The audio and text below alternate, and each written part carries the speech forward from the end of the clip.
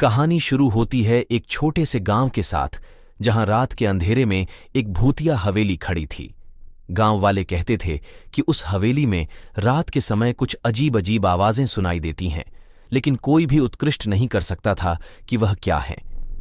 एक रात गांव का एक युवक राजत ने तय किया कि वह हवेली में रात बिताएगा और यह राज खोलेगा। धीरे धीरे रात के अंधकार में वह हवेली की ओर बढ़ा और उसका दिल धड़कने लगा। हवेली के दरवाजे की चाबी में घूरने के बाद राजत ने दरवाजा खोला और वहां कुछ नहीं था सिवाय अंधेरे की। धीरे धीरे उसकी आंखें अंधकार से समझौता करने लगीं और वह हवेली के अंदर आया।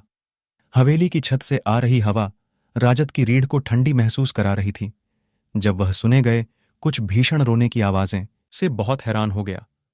उसने कहीं दूर एक कमरे की ओर बढ़ते हुए एक साया देखा जो एक पुराने समय के स्वप्न में सड़क पर घूम रहा था। राजत ने साया के पास जाकर पूछा, तुम कौन हो?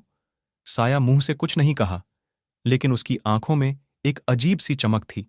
एक बड़ी पुरानी तालाब की ओर जाने के बाद राजत ने एक रूखे और पुराने पेड़ के नीचे एक बूटे को देखा। बूटा बड़ा अजीब दिख रहा था और उसमें कुछ चीजें चमक रही थीं। राजत ने बूटे को खोला और वहां एक पुरानी किताब और कुछ अजीब सी चीजें निकलीं। वह बूटे से उठते ही हवेली के सभी कमरों से गहरी आवाजें आने लगीं और साया बहुत हैरान हो गया। हवेली में अब एक अजीब सी माहौल छाया हुआ था और उसमें बुरे सपनों की बुएं गूंथी जा रही थीं।